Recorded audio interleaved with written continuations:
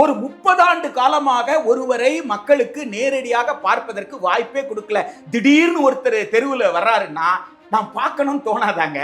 அதையெல்லாம் ஓட்டா நீங்க நினைக்கிறீங்க. ஜனநாயகனாக யாரு வேண்டுமானாலும் இருக்கலாம், அது பிரச்சனையே கிடையாது. ஜனநாயக தன்மையோட இருக்கிறாங்களான்னு நான் கேட்டேன். அந்த ஆவணத்தின் பிரதான நோக்கமே மராத்தி, குஜராத்தி, தமிழ், தெலுங்கு, உருது, கன்னடம் உள்ளிட்ட இந்திய மொழிகளை அழிப்பது மட்டும்தான். தமிழை அழிப்பதற்கு ஒரு மொழி தேவைப்படுது அவங்களுக்கு. ஒரு அரசு பல்கலைக்கழகம் இருக்கு, அரசு கல்லூரி இருக்குன்னா பயமா இருக்கு பிஜேபி. ஏன் அரசு கல்லூரியை சிதைக்கணும்? தனியார் கல்லூரியில் இடஒதுக்கீடு இருக்கா? அப்ப அரசு பல்கலைக்கழகத்தை நான் சிதைக்காமல் நான் எப்படி இடஒதுக்கீட்டை ரத்து பண்றது? தொழிலாளரோட உரிமை, விவசாயியோட உரிமை, இந்த உரிமை என்ற வார்த்தையை பிடிக்காத ஒரு அமைப்பு ஒன்று இருக்குன்னா அது ஆர்எஸ்எஸ். அதனுடைய அரசியல் பிரிவு தான் பாஜக. வணக்கம். இன்று நம்மோடு தமிழக தேர்தல் களம் குறித்து கலந்துரையாட வந்திருப்பவர் தோழர் பிரின்ஸ் கஜேந்திர பாபு, தமிழக பொதுக்கல்விக்கான பொதுமேடையினுடைய ஒருங்கிணைப்பாளர். வணக்கம். வணக்கங்க. தேர்தல் களத்தில் பிரச்சாரம் ரொம்ப பிரமாதமாக போயிட்டு இருக்கு. அகில இந்திய மக்கள் இயக்கங்களின் சார்பாக ஜீரோ பிஜேபி என்ற ஒரு பிரச்சாரம் என்பது தொடங்கப்பட்டிருக்கிறது. நல்ல வரவேற்பு இருக்கிறது. நீங்கள் அரசியல் களத்தை கூர்மையாக கவனிக்கக்கூடியவர்கள், தமிழ்நாட்டில் ஏன் பாஜக வரக்கூடாது? ஜீரோ பிஜேபி இல்லை, பிஜேபியே ஜீரோ தான். பொலிட்டிக்கல் பார்ட்டி அப்படின்னு சொன்னால் ஒரு டெஃபினிஷன் உண்டு. ஒரு பொலிட்டிக்கல் பார்ட்டிக்கு ஒரு ப்ரோக்ராம் உண்டு, ஒரு திட்டம் இருக்கும். இந்த திட்டத்திற்காக நாங்கள் செயல்படுகிறோம் அப்படின்னு தான் பொலிட்டிக்கல் பார்ட்டி சொல்லும். ஒரு அரசியல் கட்சி தனக்குண்டான திட்டம், அந்த திட்டத்தை முன்னெடுத்து செல்வதற்காக பல்வேறு பிரிவுகள் வச்சுருப்பாங்க. தொழிலாளர் மத்தியில் பணியாற்றுவதற்கு தொழிற்சங்கங்கள், அதுபோல் இளைஞர்கள் பிரிவு, பெண்கள் பிரிவுன்னு பல பிரிவுகள் வைத்திருப்பார்கள். ஆனால் எந்த பிரிவாக இருந்தாலும் அந்த பிரிவு எதை முன்னெடுத்து செல்லும்னா அந்த கட்சியினுடைய திட்டத்தை முன்னெடுத்து செல்லும். ஆனால் பாஜக என்பது தேர்தல் ஆணையத்தில் பதிவு செய்யப்பட்ட ஒரு கட்சியாக இருந்தால் கூட அது ஒரு அரசியல் கட்சி என்கின்ற அந்த வரை இலக்கணத்திற்குள் செயல்படக்கூடிய கட்சி அல்ல. அது ஆர்எஸ்எஸ் அப்படின்னு சொல்லப்படுற அமைப்பினுடைய அரசியல் பிரிவு.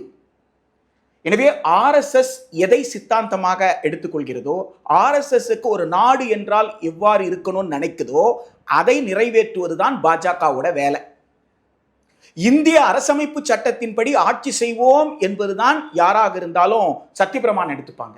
அது உச்ச நீதிமன்றத்தின் தலைமை நீதிபதியில தொடங்கி குடியரசுத் தலைவர், பிரதமர், முதல்வர், கவர்னர் யாரை எடுத்துக்கிட்டாலும் அவர்கள் ஆட்சி அல்ல, சட்டத்தின் ஆட்சி. ஆனால் சட்டத்தை மதிக்காமல் சட்டத்தை சீர்குலைப்பதற்கு கடந்த 12 ஆண்டுகளாக பாஜக இந்தியா முழுக்க செய்து வரும் பல்வேறு சூழ்ச்சிகளை நாம் கண்கூடா பார்த்துக்கிட்டு இருக்கோம். குறிப்பாக ஜனநாயகத்தின் மீது மக்களுக்கு இருக்கிற நம்பிக்கையை வலுவிழக்க செய்வதற்காக அவர்கள் ஆளுநர்களை பயன்படுத்தி என்னெல்லாம் செய்தாங்க, தேர்தல்களை எப்படி கையாளுறாங்க, பல விஷயங்களை நம்ம பார்க்கிறோம். ஆக ஜனநாயகத்தை சீர்குலைப்பது, அரசமைப்பு சட்டத்தை சிதைப்பது என்ற நோக்கத்தோடு செயல்படுவதால் பாஜக என்பது தமிழ்நாட்டில் எந்த காரணத்தை கொண்டும் வேரூன்றக்கூடாது என்பதில் தமிழக மக்கள் தெளிவாக இருக்கிறாங்க. கல்வி நீங்கள் கூர்மையாக பார்த்துட்டு இருக்கிறீங்க, பொதுமேடை அமைத்திருக்கிறீங்க. கல்வியில் என்ன சீரழிவுகளை பாஜக கொண்டு வந்திருக்கிறது என்பதை கொஞ்சம் சொல்லுங்க. கல்வி என்ற சொல்லு பிடிக்காத ஒரு அமைப்புன்னா அது ஆர்எஸ்எஸ். அதோட அரசியல் பிரிவு பாஜக. கல்வி கட்டமைப்புன்னு ஒன்று இருக்குல்ல, அந்த கட்டமைப்பை ஆபத்தாக பார்க்கிறது. மக்கள் படிச்சிடக்கூடாது, மக்கள் படித்திடக்கூடாது. அது ஒரு அரசு பல்கலைக்கழகம் இருக்கு, அரசு கல்லூரி இருக்குன்னா பயமா இருக்கு பிஜேபிக்கு. ஐயோ அரசு கல்லூரியா அப்படின்னு பிஜேபி பயப்படுது. அப்ப அந்த அரசு கல்லூரியை சிதைக்கணும். ஏன் அரசு கல்லூரியை சிதைக்கணும்? தனியார் கல்லூரியில் இடஒதுக்கீடு இருக்கா? தனியார் பல்கலைக்கழகத்தில் இடஒதுக்கீடு இருக்கா? இல்லைங்களா? அப்ப இடஒதுக்கீடு எங்க இருக்கு? அரசு கல்லூரியில தான் இருக்கு, அரசு பல்கலைக்கழகத்தில் தான் இருக்கு. அப்ப அரசு பல்கலைக்கழகத்தை நான் சிதைக்காமல், அந்த கட்டமைப்பை உடைக்காமல் நான் எப்படி இடஒதுக்கீட்டை ரத்து பண்றது? அப்போ இடஒதுக்கீடு சமூக நீதி இல்லாமல் செய்ய வேண்டும் என்று சொன்னால் எனக்கு அதுக்கு இடையூறாக இருப்பது எதுன்னு கேட்டா அது அரசு கட்டமைப்பு. எனவே அரசு கட்டமைப்பை சிதைப்பதுதான் பாஜகவினுடைய நோக்கம். பாஜக செயல்படுத்துது, அதாவது நோக்கம் ஆர்எஸ்எஸ் நோக்கம். அந்த ஆர்எஸ்எஸ் நோக்கத்தை நிறைவேற்றுது. இப்போ தமிழ்நாட்டில் எல்லா மாவட்டங்களிலும் அரசு நடத்தக்கூடிய ஒரு மருத்துவக் கல்லூரி, ஒரு பொறியியல் கல்லூரி, ஒரு ஆர்ட்ஸ் அண்ட் சயின்ஸ் காலேஜ், ஒரு பாலிடெக்னிக், ஒரு ஐடிஐ இதெல்லாம் இருக்கிறது அவங்களுக்கு ரொம்ப கசப்பாக இருக்குதுன்னு நினைக்கிறீங்க? ஆமாங்க. அப்போ ஏதாவது பாலஸ்தீன் மாதிரி ஆயிடக்கூடாது தமிழ்நாடுன்ற பயம் இருக்குங்க. பாலஸ்தீன் மக்கள் எப்படி இஸ்ரேலுடைய தாக்குதலுக்கு உள்ளாகி எப்படி அந்த பாலஸ்தீன் சிதைந்து போச்சோ, பாலஸ்தீனை மண்ணோடு மண்ணாக அந்த மக்களை புதைச்சிட்டாங்களோ, அதுபோல் இன்றைக்கு ஈரானை எப்படி ஒரு அச்சுறுத்தல் இருக்கோ, அப்படிப்பட்ட கலக்கம் இன்று தமிழ்நாட்டில் உருவாகி இருக்கு. காரணம் என்ன அப்படின்னு சொல்லி கேட்டிங்கன்னா, நீதி கட்சி ஆட்சி தொடங்கி கர்ம வீரர் காமராஜர் காலத்தில் நிதியே இல்லைன்னு சொல்லும் பொழுது முதலமைச்சர் நாற்காலியில் உட்காராம கீழே இறங்கி காமராஜர் கையேந்தி உருவாக்கின கல்லூரிகள் பல்கலைக்கழகத்திற்கு மிகப்பெரிய அச்சுறுத்தலை, ஆபத்தை திரு நரேந்திர மோடி தலைமையில் இருக்கிற ஒன்றிய அரசு உருவாக்கி வச்சிருக்கு அப்படின்றத நம்ம விளங்கி கொள்ள வேண்டிய அவசியம் இருக்கு.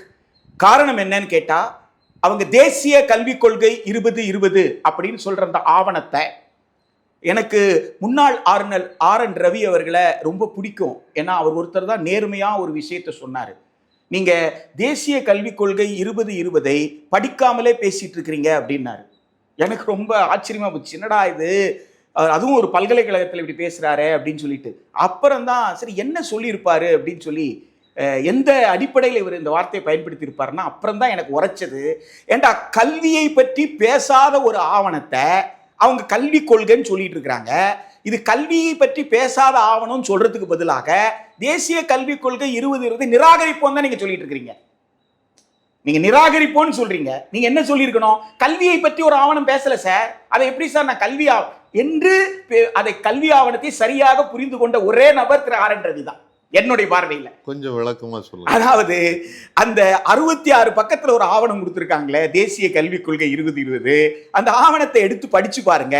நான் சேலஞ்ச் பண்றேன். இது பல இடங்கள்ல நான் ஆளுநருக்கே நாங்க தபால்ல பதிவு தபால், அன்றைக்கு பதிவு தபால்லாம் இருந்தது. திரு நரேந்திர மோடி செய்த இன்னொரு மிக முக்கியமான வேணா தபால் துறையில பதிவு தபாலை ரத்து செய்தது. அந்த பதிவு தபால் இருந்த காலகட்டத்தில் பதிவு தபாலில் ஆளுநர் அவருக்கு கடிதம் அனுப்பியிருக்கோம். அவருக்கு என்ன அந்த கடிதத்தை சொன்னோமோ அதை தான் நான் இப்போவும் சொல்றேன். அந்த 66 பக்கம் ஆவணத்துல எங்காவது ஒரு இடத்துல கல்வியை பற்றி அது பேசுதான்னு சொல்லுங்க. கல்வி என்றால் இதுதான், இந்த கல்வியை நாங்க கொடுக்க போறோம், எங்கேயாவது பேசுதான்னு சொல்லுங்க. அந்த ஆவணம் கல்வியை பற்றி பேசாத ஒரு ஆவணம். அந்த ஆவணம் என்ன செய்யுதுன்னா, எழுத்தறிவு வேண்டும், அதோடு வேலை திறன் வேண்டும். எழுத்தறிவு வேண்டும், எழுத்தறிவு எதுக்குடான்னா கையெழுத்து போடுறதுக்கு. எண்ணறிவு எதுக்குடான்னா கூலி வாங்குறீங்கல்ல அதை கணக்கு பண்றதுக்கு, அவ்வளவுதான். ஹியூமன் ரைட்ஸ் பேசுறீங்கல்ல, அது பிடிக்காது RSSக்கு. கான்ஸ்டிடியூஷனல் ரைட்ஸ் சொல்றல, மனித உரிமை, அரசமைப்பு சட்டம் தந்திருக்கிற உரிமை, லேபர் ரைட்ஸ் சொல்றோம்ல, உழைக்கிற மக்களுடைய உரிமை, தொழிலாளரோட உரிமை, விவசாயியோட உரிமை, இந்த உரிமை என்ற வார்த்தையே பிடிக்காத ஒரு அமைப்பு ஒன்று இருக்குன்னா அது RSS. அதனுடைய அரசியல் பிரிவு தான் பாஜக. எனவே அவங்க என்ன நினைக்கிறாங்க, கல்வி கிடைச்சிருச்சுன்னா, கல்வியை கொடுத்துட்டீங்க அப்படின்னா, படிப்பு கிடைச்சிருச்சுன்னா, அப்ப மக்கள் என்ன செய்ய விவாதிப்பாங்க. அப்ப விவாதித்தா, ஓ அரசமைப்பு சட்டத்தில் இவ்வளவு விஷயம் இருக்கான்னு புரிஞ்சுப்பாங்க. அப்ப சமூக நீதி சொல்றது அரசமைப்பு சட்டத்தில் இருக்க சொல்லாடலான்றத மக்கள் புரிஞ்சுப்பாங்க. இதனால் கல்வி இருக்கக்கூடாது. அப்ப கல்வி இல்லாம 8ஆம் கிளாஸுக்குள்ள ஒரு வேலையை கத்துக்கூட அவன் போயிட்டே இருக்கட்டும். அதுக்கப்புறம் எதுக்கு கல்லூரி, அதுக்கப்புறம் எதுக்கு பல்கலைக்கழகம்? அதுதான் இப்போ விஸ்கித் பாரத் சிக்ஷா அதிஷ்டான். நீங்க அடிப்படையில் ஒரு விஷயத்தை புரிஞ்சுக்கணும். விஸ்கித் அப்படின்ற வார்த்தையை பயன்படுத்துறாங்கல்ல, அந்த சமஸ்கிருத இந்தி சொற்கள்ல அந்த விஸ்கித் சொல், அந்த விஸ்கித் சொல்லினுடைய பொருள் என்ன? Developed Bharat India, developed India. Developed Indiana constitution என்ன சொல்லுது? அரசமைப்பு சட்டத்தின் கூறு 41 படி வளர்ந்து விட்ட இந்தியாவாக இருந்தால் கல்வியை உரிமையாக கொடுக்கணும். கல்வியை உரிமையாக கொடுக்கணும்னா என்ன அர்த்தம்? நீங்க கட்டணம் இல்லாமல் அரசு தன் பொறுப்புல கல்வியை கொடுக்கணும். ஆனா தேசிய கல்விக் கொள்கை 2020 என்ன தெரியுங்களா சொல்லுது? கல்விக்கு முழுமையாக அரசு செலவு செய்யாதுன்னு சொல்லுதுங்க. எப்படிங்க தமிழ்நாட்டில் கால் உள்ள அனுமதிக்க முடியும்? அரசு தான் செய்ய முடியும்னு சொன்னாரு கர்ம வீரர் காமராஜர். தந்தை பெரியார் அதற்காகத்தான் நீங்க பெரிய போராட்டம் நடத்தினார். திராவிட இயக்கத்தின் மிகப்பெரிய கொடை என்னன்னா, தொடக்கத்தில் நீங்க சொன்னீங்களே, திராவிட இயக்கத்தை ஆண்டவர் திராவிட இயக்க கட்சிகள். அந்த திராவிட இயக்க கட்சிகள் தான் மாவட்டந்தோறும் என்ன செஞ்சாங்க? மருத்துவ கல்லூரிகள் தொடங்குவதற்கு, அரசு மருத்துவ கல்லூரிகளை தொடங்க முயற்சி பண்ணாங்க. மாவட்டந்தோறும் கலை அறிவியல் கல்லூரி, துறை சார்ந்த பல்கலைக்கழகங்கள், 21 பல்கலைக்கழகங்கள் மாநில அரசினுடைய பல்கலைக்கழகம் என்றால் இந்தியாவில் வேறு எந்த மாநிலத்தில் இருக்கு? என்று கம்பீரமாக நம்மால கேட்க முடியுது இல்ல. அந்த கல்வி வளர்ச்சி இந்த திராவிட இயக்கத்தால் தான் நடந்தது. அது யாரால் மறுக்க முடியுமா? எனவே அந்த வளர்ச்சி இனி அதிகமாகக்கூடாது. அந்த வளர்ச்சியை தடுக்கணும். தடுக்கிறது மட்டுமல்ல, இன்று இருக்கிற மெட்ராஸ் யூனிவர்சிட்டி, இன்று இருக்கிற மதுரை காமராஜர் பல்கலைக்கழகம், பாரதியார் பல்கலைக்கழகம், இதையெல்லாம் தனியாரிடம் கொடுக்கணும்ன்ற பேராபத்து. அப்போ பிஸ்கட் பாரத் அப்படின்னு சொன்னா ரைட்ட, எஜுகேஷனை ரைட்டா கொடுக்கணும், கல்வியை உரிமையா கொடுக்கணும், அரசு செலவுல கொடுக்கணும். ஆனா தேசிய கல்விக் கொள்கை 2020 அரசு முழுமையாக செலவு செய்யாது. அப்ப முழுமையா செலவு செய்யாதுன்னா சம்பளம் யார் கொடுப்பாங்க? சம்பளம்ன்றது செலவா இல்லையா? சம்பளம் யார் கொடுப்பாங்க? டீச்சருக்கு, ஆசிரியருக்கான ஊதியம் யார் கொடுப்பாங்க? ஊழியருக்கான ஊதியம் யார் கொடுப்பாங்க? அப்ப அந்த ஊதியத்திற்கு நீங்க என்ன செய்ய போறீங்க? கட்டணத்தை வசூல் பண்ண போறீங்க. யார்கிட்ட வசூல் பண்ண போறீங்க? மாணவர்கள்கிட்ட வசூல் பண்ண போறீங்க. செல்ஃப் ஃபைனான்ஸ் காலேஜ் நடக்கிற மாதிரி வந்துட போகுது. ஒரு கட்டத்துக்கு மேல என்ன சொல்ல போறீங்க? நிர்வாகத்தை கூட தனியார் கிட்ட கொடுத்தா என்னப்பா? இதை நீங்க யூகத்தின் அடிப்படையில் எல்லாம் பேசக்கூடாது சார், சொல்லக்கூடாது. ஏன்னா கான்ஸ்டிடியூஷன் ஒன்றிய அரசு ஏற்கனவே சைனிக் ஸ்கூல் இருக்க, டிஃபென்ஸ் ஸ்கூல், பாதுகாப்புத்துறையின் கீழ் இயங்குற அந்த ஸ்கூல் நிர்வாகத்தை சில மாநிலங்கள்ல தனியார் கிட்ட கொடுத்திருக்கு. எனவே அரசு பிஎம்ஸ்டின்னு சொல்றாங்க. எதுக்காக பிஎம்ஸ்டி? பிஎம்ஸ்டின்றது பெரும்பகுதி பல்லாயிரக்கணக்கான அரசு பள்ளிகளை மூடிவிட்டு ஒரே ஒரு பிஎம்ஸ்டி இருக்கும். கடைசி அந்த பிஎம்ஸ்டியும் சைனிக் ஸ்கூலை கொடுத்த மாதிரி தனியார் கிட்ட கொடுக்கறதுக்கு தான் பிஎம்ஸ்டி இருக்காங்க. அப்ப prime minister school for rising India, பிஎம்ஸ்டினா ஒரு மாவட்டத்திற்கு ஒரு பள்ளிக்கூடம்னா மற்ற ஸ்கூல் எல்லாம் எந்த இந்தியாக்கு? இந்த ஸ்கூல் தான் ரைசிங் இந்தியாக்குன்னா மற்ற ஸ்கூல்ல படிக்கிற பிள்ளைலாம் எந்த இந்தியாக்கு? அப்போ ஒரு பாகுபாட்டை உருவாக்கி அரசு கட்டமைப்பை சிதைப்பது. அப்போ பள்ளியில தொடங்கினாங்க இல்லைங்களா? இப்ப அந்த விஸ்கிட் பாரத் சிக்ஷா அதிஷ்டான்ல அவங்க என்ன பண்றாங்க? ஒட்டுமொத்தமாக கல்லூரிகளை, பல்கலைக்கழகங்களை ஒன்றிய அரசின் கட்டுப்பாட்டு கீழே கொண்டு வர்றாங்க. தயவு கூர்ந்துங்க, பகத்சிங் மார்ச் 23 அவரை தூக்கிலிடப்பட்ட நாள். பகத்சிங் ராஜகுரு சுகதேவ் 23 வயசு ஒரு இளைஞன் தூக்கிலிடப்பட்டான், கொல்லப்பட்டான் பிரிட்டிஷ்காரர்களால். அந்த தியாகம் இருக்குல்ல, அந்த கொலை இருக்குல்ல, அந்த பகத்சிங்கோட தியாகமும் நம்ம ஊர்ல வஉசி செக்கிழித்து ரத்தம் சிந்தனார். அந்த ரத்தம், இந்த தியாகம், இந்த பகத்சிங்கனுடைய இந்த தியாகத்தையும் இந்த வஉசியுடைய ரத்தத்தையும் ஏப்ரல் மாசம் 23 வாக்குச்சாவடிக்கு போகும் பொழுது நம் தமிழகத்தில் இருக்கிற இந்தியர்கள், இந்திய மக்கள் சற்று யோசித்து பார்க்கணும் நான் கேட்டுக்கிறேன் இந்த இடத்துல. ஏனென்றால் இது சாதாரண தியாகம் கிடையாது. இது இறையாண்மை நம்ம கிட்ட இருக்கு. இறையாண்மை யாரிடம் இருக்குன்னா இந்தியர்கள் கிட்ட இருக்கு. அப்போ என்னுடைய இறையாண்மையை என் வாக்குச்சீட்டின் வாயிலாக நான் யார்கிட்ட கொடுக்க போறேன்னா என்னுடைய பிரதிநிதி மூலமாக அரசுக்கு கொடுக்க போறேன். அப்படிதான் மாநில சட்டப்பேரவைக்கு இறையாண்மை கிடைக்குது, அப்படிதான் நாடாளுமன்றத்துக்கு இறையாண்மை கிடைக்குது. Sovereignty, ultimate sovereignty is with the people of India. அதுதான் இந்தியன் கான்ஸ்டிடியூஷன் சொல்லுது. எனவே இந்த இறையாண்மையை பயன்படுத்தும் போது நாம் என்ன புரிஞ்சுக்கணும்னா, அரசமைப்பு சட்டத்தில் 7வது அட்டவணை 2வது பட்டியல் வரிசை 32ல பல்கலைக்கழகத்தை உருவாக்குதல், ஒழுங்குபடுத்துதல், கலைத்தல் என்பது மாநில அரசின் அதிகாரம். மாநில அரசின் அதிகாரம் என்றால் நாடாளுமன்றம் சட்டம் இயற்றவே முடியாது. ஆனால் நாடாளுமன்றத்தில் பல்கலைக்கழகத்தை ஒழுங்குபடுத்துவதற்கான சட்டத்தை ஏற்றிருக்கிறார்கள். பல்கலைக்கழகத்தை நினைத்தால் கலைத்து விட முடியும். எதால் கேட்டா அந்த ஆணையத்தால், உயர்கல்வி ஆணையத்தால். அதற்கான அப்போ உருவாக்குவதற்கோ ஒழுங்குபடுத்துவதற்கோ கலைப்பதற்கோ ஒன்றிய அரசிற்கு அதிகாரம் இல்லை என்பதை பட்டியல் 1 வரிசை 44 தெளிவா சொல்லியிருக்காங்க. பட்டியல் 2 மாநில பட்டியல் வரிசை 32 தெளிவா சொல்லியிருக்காங்க. பல்கலைக்கழகம் யாரோட கட்டுப்பாடு? மாநில அரசின் கட்டுப்பாடு. 25 பட்டியல் 3 கல்வி இருக்கே நீங்க கேட்கலாம், ஒப்பிசைவு பட்டியல்ல கல்வி. ஆனால் அது எந்த வரையுறைக்கு உட்பட்டதுன்னா பட்டியல் 1 66க்கு உட்பட்டது. அதாவது பட்டியல் 1 66னா உயர்கல்வி மற்றும் உயர்கல்வி ஆய்வுல தரத்தை தீர்மானிப்பது மட்டும்தான். அவங்க அரசியல் சாசனத்தை பற்றி அதான் சொல்ல வந்தேன். நீங்க சொன்னது 100க்கு 100. இதைத்தான் நான் தொடக்கத்தில் சொல்லிட்டு இருக்கிறேன். அரசமைப்பு சட்டத்திற்கு எதிரான, அரசமைப்பு சட்டத்தை ஏற்றுக்கொள்ளாத ஆர்எஸ்எஸ், அந்த ஆர்எஸ்எஸ் அரசியல் பிரிவு பாஜக என்பதனால் இருக்கின்ற அரசியல் அமைப்பு சட்டம் தந்திருக்கிற அந்த உரிமையை பறிக்க துடிக்கின்ற பாஜகவை தமிழ்நாட்டில் வேரூன்ற செய்யக்கூடாது.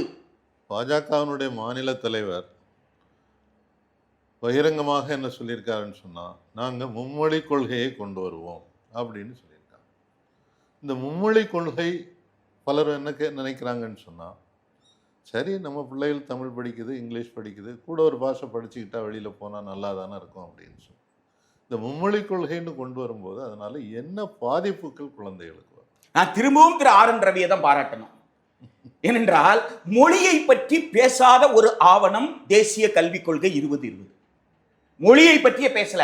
3 மொழி 4 மொழி 5 மொழி இந்திய மொழிகளை பற்றி கவலைப்படாத ஒரு ஆவணத்திற்கு பேர் தான் தேசிய கல்விக் கொள்கை 2020. அந்த ஆவணத்தின் பிரதான நோக்கமே மராத்தி, குஜராத்தி, தமிழ், தெலுங்கு, உருது, கன்னடம் உள்ளிட்ட இந்திய மொழிகளை அழிப்பது மட்டும்தான். தமிழை அழிப்பதற்கு ஒரு மொழி தேவைப்படுது அவங்களுக்கு, வேற ஒண்ணுமே கிடையாது. அவங்களுக்கு இந்த மொழியை வாழ வைக்கணும், அந்த இன்னும் சொல்ல போனா இந்திய வாழ வைக்கணும்னு கூட அவங்க நினைக்கல. அவங்க இறுதி இலக்கு சமஸ்கிருதம் தான். எனவே சமஸ்கிருதம் என்ற இறுதி இலக்கை அடையும் வரை இந்தி இந்தி இந்தின்னு சொல்லிட்டு இருப்பாங்களே தவிர இந்தியை கூட அவர்கள் ஏற்றுக்கொள்ளல. சமஸ்கிருதத்தை தான் எல்லோரும் பேச வேண்டும், எல்லோருடைய மொழியாக சமஸ்கிருதம் அங்கீகரிக்கப்படணும். அப்ப மற்றதெல்லாம் என்ன? மற்றதெல்லாம் it is for communication sir. அது தொடர்புக்காக வேணா நீங்க மற்ற மொழியை பயன்படுத்திக்கோ. உன் பண்பாட்டு மொழி என்ன? உன் மொழி என்ன? உன் மொழி என்ன? பாவேந்தர் பாரதிதாசன் சொன்னாரு, தமிழங்கள் உயிருக்கு நேர. இந்த வேலைலாம் எங்களுக்கு வேண்டாம். அப்படி சொல்ற தலைமுறையை உருவாக்க கூடாது. அப்படி ஒரு சொல்ற தலைமுறையை உருவாக்க கூடாதுன்னா அவங்கள கூடுதலாக மொழிப்படின்னு சொல்லி சுமையை ஏற்றணும். கூடுதல் மொழிப்படி சொல்றது சுமை ஏற்றுதல். லேர்னிங் மல்டிபிள் லாங்குவேஜஸ், மல்டிலிங்குவிசம், ரெண்டுக்கும் வித்தியாசம் இருக்கு. பல மொழிகளை கற்றுக்கொள், இத்தனை எண்ணிக்கையில் மொழிகளை கற்றுக்கொள் என்று சொல்வதற்கும் பன்மொழி சூழலை கொண்ட வகுப்பறை என்று சொல்வதற்கும் வேறுபாடு இருக்கு. எனவே இவர்களுடைய நோக்கம் என்பது 3 மொழி என்ற எண்ணிக்கையின் மூலமாக அவர்கள் தமிழ் மொழிக்கு இருக்கக்கூடிய முக்கியத்துவத்தை இழக்க செய்வதும், மக்களுக்கு நீ வெளிநாட்டுக்கு போலாம் ஒரு மொழி தேவைப்படுது இல்ல, நான் ஏன்டா என் நிலத்தை விட்டு போகணும், என்னுடைய மீத்தேனை திருடுறதுக்காக நான் காவேரியை விட்டு போகணும்ன்றியா, நான் தஞ்சாவூர்ல இருந்து போகணும்ன்றியா? இல்லையா? அப்படித்தானே. போனா கூட போற இடத்துல நமக்கு தேவையின் அடிப்படையில் கத்துக்கிட்டோம். நான் பள்ளிக்கூடத்தில் படிக்கும்போது நான் ஹிந்தி படிக்கல, காலேஜ்லயும் ஹிந்தி படிக்கல. ஆனா நான் வேலை தேடி வட மாநிலத்துக்கு போன போது ரொம்ப சீக்கிரமாக ஹிந்தி படிச்சுக்கிட்டேன், பெங்காலி படிச்சுக்கிட்டேன், அஸ்ஸாமீஸ் படிச்சுக்கிட்டேன், நாகாமீஸ் படிச்சுக்கிட்டேன். அதுக்கு நான் ஸ்கூல்ல இருந்தே காலேஜ்ல இருந்தே படிச்சுட்டு போக வேண்டிய தேவையே வரல. தேவையின் அடிப்படையில் ஒருத்தருக்கு உயிர் பயம் வரும் பொழுது உயிரை காப்பாத்திக்கணும்னா அந்த நேரத்தில் அவருக்கு எந்த மொழியை கற்றுக்கொண்டு உயிரை காப்பாற்றிக் கொள்ள முடியுமோ அதை காப்பாற்றிக் கொள்வார். அதுபோல ஒருத்தருக்கு பசி எடுக்குது அப்படின்னா எந்த சூழல் இருக்கிறாரோ, எந்த மொழி, இந்த பசியை நான் சொல்றதுக்கு நான் எந்த மொழியில சொல்லணுமோ அந்த மொழியை கற்றுக்கொண்டு சொல்வது என்பது வேறு. எனவே அவங்க இங்க யார் வேணாலும் தமிழ் பேசுறாங்க. ஏன் நம்ம கேரளாவை எடுத்துக்கோங்களேன். கேரளால வட இந்தியால இருந்து வந்தவங்க பல மொழி பேசக்கூடியவங்க வந்தாங்க. கொரோனா காலத்துல திடீர்னு லாக்டவுன், திடீர்னு போக்குவரத்து எல்லாம் முடக்குறாங்க. அந்த மக்கள் துடிக்கிறாங்க. அந்த மக்களுக்கு வீடு கட்டி கொடுத்து, வீட்டுக்கான மானியத்தை கொடுத்து இடதுசாரி அரசு, பினராயி விஜயன் தலைமையில் இருக்கக்கூடிய சிபிஎம் தலைமையில் இருக்கிற அரசாங்க அந்த மக்களுக்கு மொழியை பார்க்காமல் எந்த மொழியை பேசக்கூடிய மக்களா இருந்தா மக்களுக்கு வீடெல்லாம் கட்டி கொடுத்துருக்காங்களே. எனவே நமக்கு யாருமே இங்க இந்தியாவில் இருக்கிற, நான் டெல்லிக்கு போயிருக்கிறேன். 3 மாசத்துக்கிட்ட அந்த இடத்துல நான் வேலை காரணமாக நான் அந்த இடத்துல இருக்க வேண்டியது இருந்தது. எனக்கு இந்தியே தெரியாது, நான் இந்தியே பேசல, ஒரு வார்த்தை கூட ஹிந்தி பேசல. அந்த மக்கள் என்ன அந்நியமாகவே பார்க்கலையே. நான் பாட்னாக்கு போயிருக்கிறேன், இந்த மக்கள் என்ன அந்நியமாகவே பார்க்கலையே. ஏன்னா மக்களுக்கும் பிரச்சனையே கிடையாது. நான் மைசூருக்கு போயிருக்கும் போது மைசூர் பல்கலைக்கழகத்தில் நீங்க ஆங்கிலத்தில் பேசாதீங்க, நீங்க தமிழ்லயே பேசுங்க, நீங்க கன்னடத்தில் கூட பேசுங்க, தெலுங்குல பேசுங்க அப்படின்னு அந்த மக்கள் சொன்னாங்க. தமிழ்ல பேசுங்கன்னு சொன்னாங்க கன்னடத்து மக்கள். எனவே மக்களுக்கு இருக்கிற உறவுல எந்த சிக்கலுமே இங்க கிடையாது. இங்க தமிழ்நாட்டில் ஒரு மொழிக் கொள்கை இருக்கு அப்படின்னு சொன்னா அது எந்த கட்சியினுடைய மாநாட்டில் தீர்மானித்த மொழிக் கொள்கை கிடையாது. அந்த மொழிக் கொள்கை தமிழ்ல இருக்கக்கூடிய தமிழர்களிடம் இருக்கக்கூடிய அறிவியல் பூர்வமான அணுகுமுறை. தாய்மொழி என்பது இயல்பானது. தாய்மொழியில குழந்தை பிறந்த உடனே கற்க தொடங்குகிறது. எனவே பிறந்த உடனே ஒரு மொழியில் ஒரு குழந்தை கற்க தொடங்குதுன்னா அதே மொழியில பள்ளிக்கூடத்திலையும் கற்றல் செயல்பாடு இருந்தால் சிறப்பாக இருக்கும். அதுதான் தமிழ் மொழி. ஆங்கிலம் என்பது மின்னஞ்சல் கணக்கு திறக்கணும்னா எனக்கு ஆங்கிலம் தேவைப்படுதே. நான் எக்ஸ்தலத்தை பயன்படுத்தணும்னா எனக்கு என்ன தேவைப்படுது? ஆங்கிலம் தேவைப்படுதே. அப்போ ஆங்கிலத்தை நான் ஒரு தேவைக்காக பயன்படுத்துறேன். ஆங்கிலத்தின் மீது காதல் கொண்டு நான் ஒன்றும் பயன்படுத்தல. அப்ப ஆங்கிலம் எனக்கு தேவையாக இருக்கிறது. தாய்மொழி என்பது என்னுடைய இயல்பாக நான் கற்றலுக்கு வாய்ப்பு தரக்கூடிய, என் உணர்வோடு கலந்த, என்னால் சிந்திக்க கூடிய ஒரு மொழியாக இருக்கு. இதுதான் இருமொழி கொள்கை. நம்ம மாணவர்கள் வெளிநாட்டுல போய் படிக்க போகும்போது அங்க எந்த மொழியை? ஜெர்மன் மொழியை படிச்சுக்கிட்டாங்க, எல்லாமே படிச்சுக்கிட்டாங்க. ஜெர்மன் மொழியை படிச்சு மறைந்த வாசிய குழந்தைசாமி அவர்கள் தன்னுடைய அனுபவத்தை சொன்னாங்க.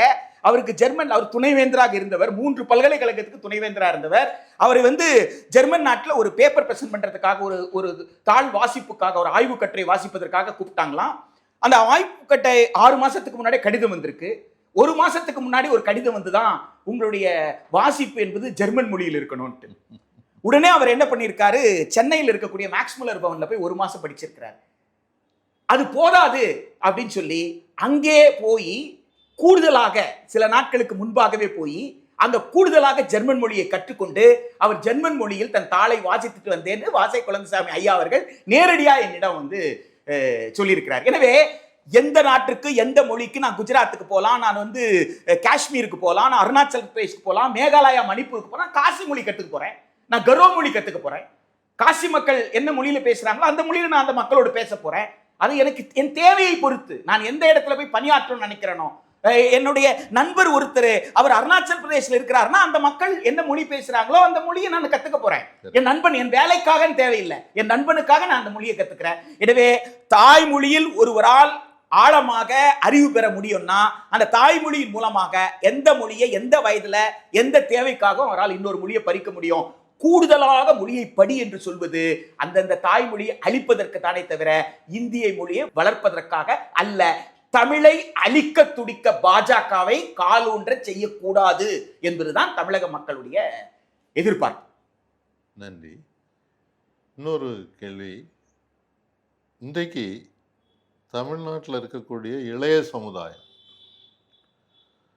அவங்க மத்தியில் நம்ம கலந்துரையாடலுக்கு போனோம்னா பலரும் சொல்லக்கூடியது என்னன்னா, ஒரு மாற்று வேண்டும், அதனால திரைப்படத்துறையிலிருந்து வந்திருக்கக்கூடிய ஒரு தலைவர், அவருக்கு நாங்கள் ஆதரவாக ஓட்டு போடணும்னு நினைக்கிறோம் அப்படின்னு பேசுகிறாங்க, பரவலாக பேசுகிறாங்க. அவருடைய கூட்டங்களுக்கு ஆயிரக்கணக்கான மக்கள் எப்படி போய் திரள்றாங்கன்றதெல்லாம் பார்க்குறோம். இப்போ இதை நீங்கள் எப்படி பார்க்குறீங்க?